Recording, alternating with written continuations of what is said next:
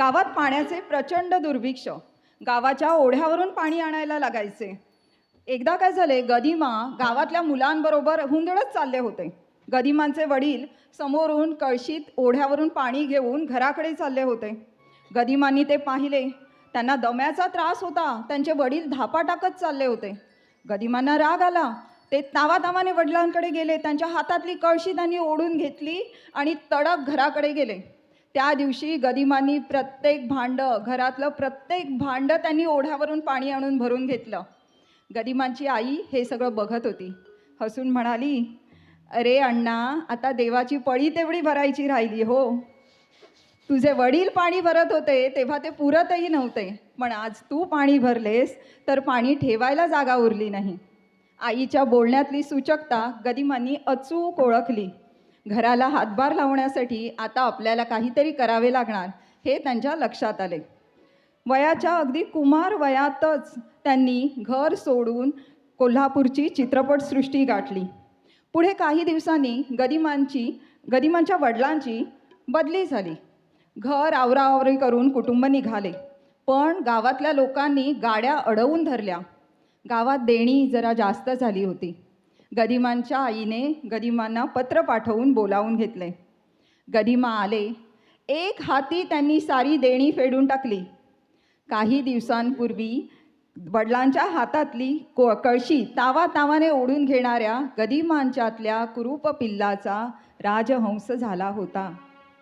असेलच, कोणी सांगू शकेल? एका तळ्यात होती. पण या गाण्याच्या 3 आवृत्त्या निघाल्या हे कदाचित तुम्हाला माहीत नसेल. पहिली होती सुखाचे सोबती या चित्रपटातली संगीतकार वसंतराव पवार आणि मधुबाला झवेरी यांची. ती आवृत्ती सादर करायला येतील अनुराधा आंबासकर आणि सर्वश्रुत खळे साहेबांची व आशाताईंची सादर करतील इना जाधव. आनंद घेऊया.